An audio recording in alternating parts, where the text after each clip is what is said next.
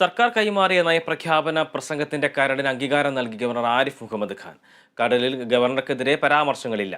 File Raj Bhavan ഉടൻ തന്നെ സർക്കാരിന് കൈമാറും. ഈ മാസം 25-നാണ് നിയമസഭാ സമ്മേളനം ആരംഭിക്കുന്നത്.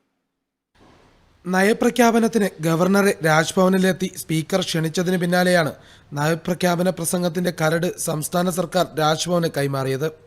ഗവർണർക്ക് എതിരായ കുറ്റപ്പെടുത്തൽ പ്രസംഗത്തിൽ ഉൾപ്പെടുത്തിയിട്ടില്ല. നയപ്രഖ്യാപന പ്രസംഗത്തിന്റെ കരട് ലഭിച്ച ഗവർണർ അധികം വൈകാതെ തന്നെ അതിന് അംഗീകാരം നൽകി. പ്രസംഗം വായിക്കാനുള്ള ഭരണഘടനാ ബാധ്യത നിറവേറ്റുമെന്ന് നേരത്തെ ഗവർണർ ആരിഫ് മുഹമ്മദ് ഖാൻ വ്യക്തമാക്കിയിരുന്നു.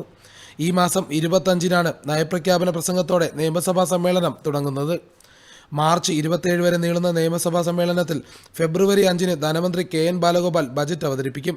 ജനുവരി 29 മുതൽ 31 വരെ നയപ്രഖ്യാപനത്തിന് മേലുള്ള നന്ദിപ്രമേയ ചർച്ച നടക്കും. സാമ്പത്തിക പ്രതിസന്ധിക്കിടെയാണ് സംസ്ഥാന ബജറ്റ്.